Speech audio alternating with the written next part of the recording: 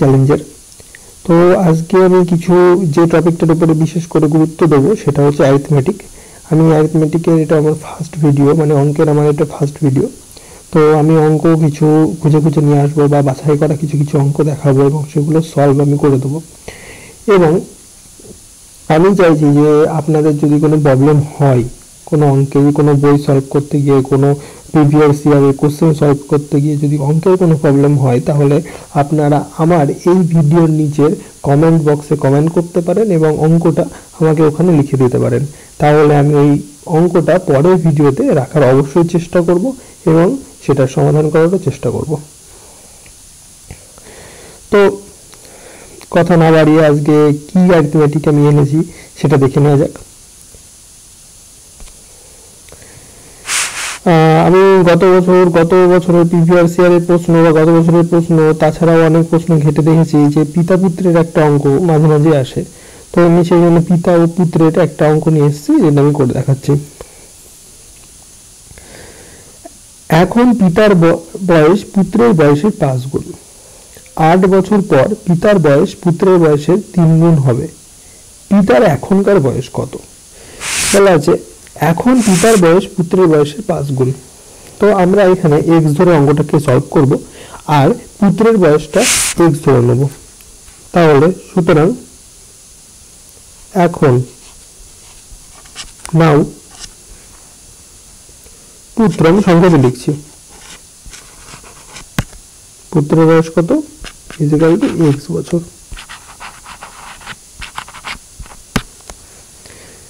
তাহলে পিতার বর্তমান বয়স কত হবে? বলা আছে 5 গুণ, সুতরাং পিতা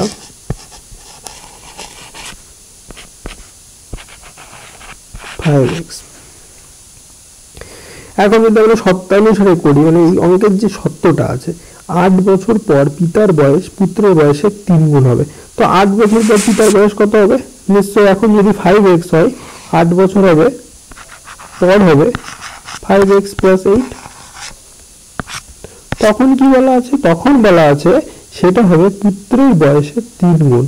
তাহলে এটা আমরা সমান দিয়ে দিই, পুত্রের বয়স বর্তমানে x, 8 বছর পরে হবে x + 8, এটার সঙ্গে 3 গুণ করলে এই সমীকরণটি পুরো সম্পূর্ণ হবে। আর এখানে আমরা লিখতে পারবো শর্তানুসারে বা প্রশ্নানুসারে।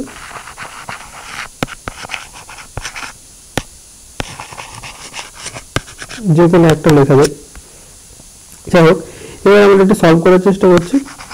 5x + 8 = 3x + 24। নর্মাল নিয়ে সলভ করছি। এবার আমরা জানি যে আমরা যদি কোনো রাশিকে সমান চিহ্নের এপাশ থেকে ওপাশে বা ওপাশ থেকে এপাশে নিয়ে আসতে যাই, তাহলে তার চিহ্ন সবসময় বিপরীত চিহ্ন হয়। অর্থাৎ যদি মাইনাস থাকে তাহলে প্লাস হয় এবং প্লাস থাকলে মাইনাস হয়। তো এখানে হবে, এখানে আমরা লিখি অর বা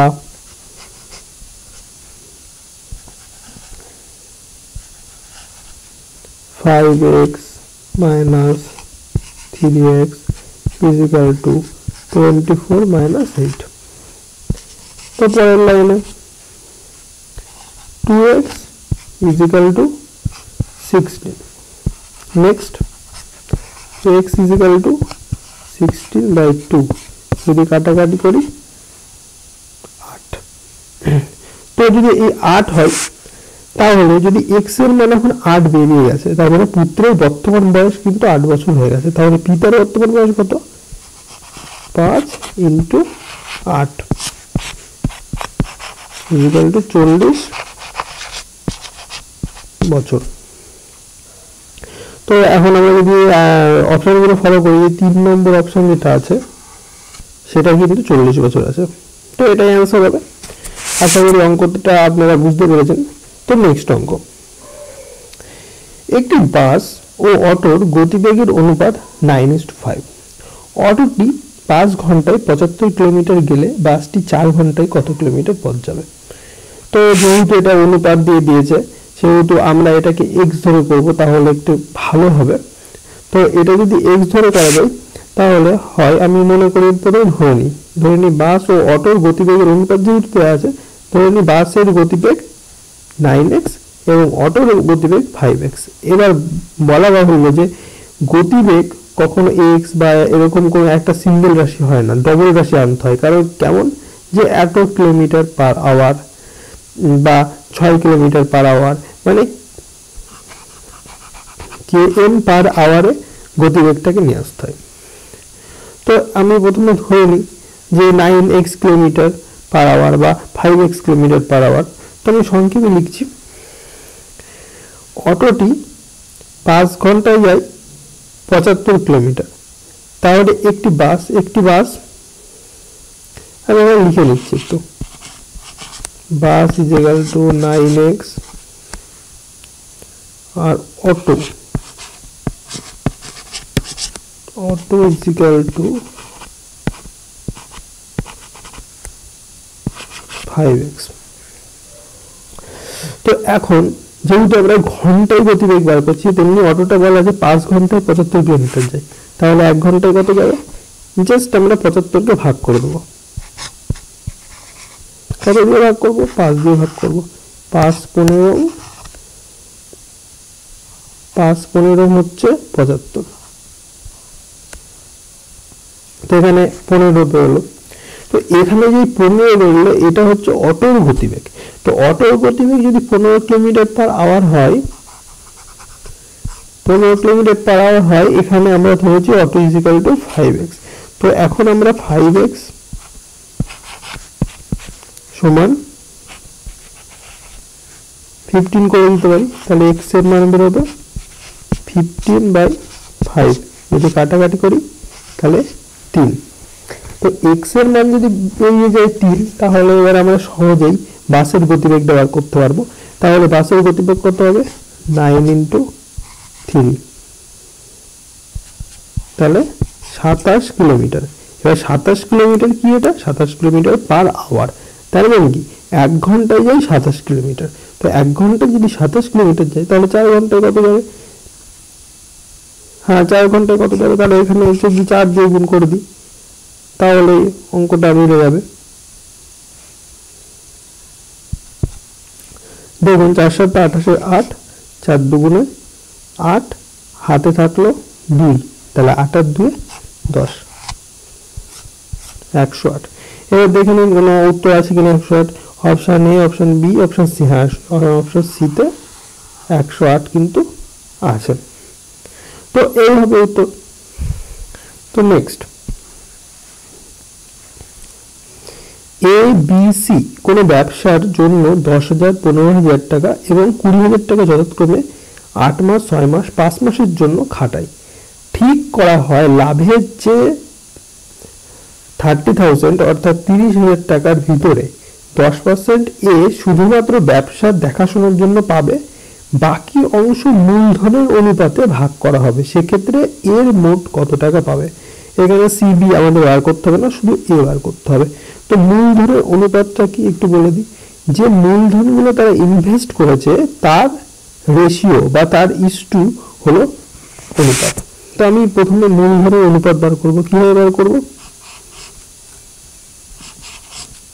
A/B/C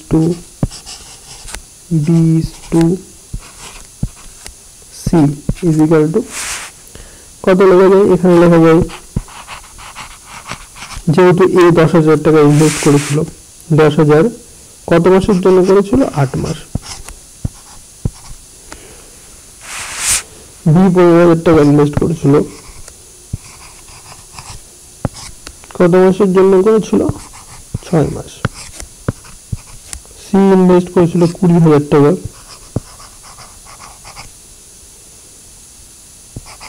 কত মাসের জন্য করেছিল হচ্ছে 5 মাসের জন্য। এই হচ্ছে তার অনুপাত। তো অনুপাতটা যদি আমরা এখানে সলভ করি, তাহলে আমরা দেখতে পারবো ফার্স্টেরটা 8 হবে, তারপরেরটা হবে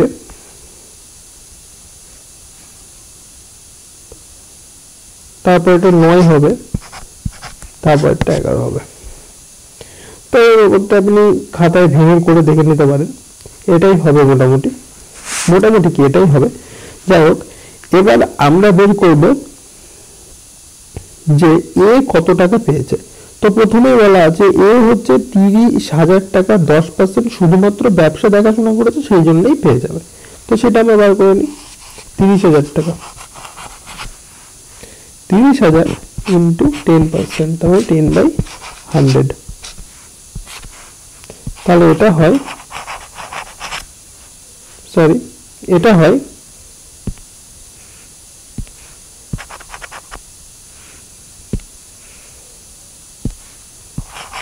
3,000 টাকা। তারপরে এ কিন্তু অলরেডি 3,000 টাকা শুধুমাত্র পাবে ব্যবসা দেখাশোনার জন্য। এবার নেক্সট আসছে তার মূলধনের অনুপাত। তবে মূলধনের অনুপাত যদি এটা করা হয় তাহলে এটা হচ্ছে সরি, এখানে আমার একটু ভুল হয়েছে, এই লাস্টেরটা হচ্ছে 10 হচ্ছে রেশিওটা করলে, এটা 0 হবে 10, মানে 8:9:10 হবে রেশিওটা। আমার এখানে একটু ভুল হয়েছিল। যাই হোক, এইবার এইটা টোটালটা যদি আমরা করি তাহলে 19 আর 8 27, তাহলে 27-এর 8 অংশ এর ভাগে যাচ্ছে। তো এইটা দিয়ে এখন কাকে গুণ করব, সেটা হচ্ছে 30,000 থেকে 3,000 বাদ দিয়ে যেটা থাকবে। 30,000 থেকে 3,000 বাদ দিলে হয় 27,000। তো সেই 27,000টাকে আমরা এখন গুণ করব। তো এখানে যদি আমরা কাটাকাটি করি তাহলে 1000 পড়ে থাকছে, তাহলে এখানে 8 আছে, তার মানে 8,000 টাকা। তাহলে এর মোট কত টাকা পাচ্ছে? এর টোটাল একবার পেয়েছে 3,000 টাকা, তারপরে পেলো আবার 8,000 টাকা। তো এটা যদি যোগ করি তাহলে দেখা যাবে 11,000 টাকা। এবার দেখবো 11,000 কোনো উত্তর আছে কিনা। অপশন এ 10,000, অপশন বি 11,000 টাকা। তাহলে আমাদের অ্যান্সার হবে 11,000 টাকা। তো এই ছিল আজকের অঙ্ক।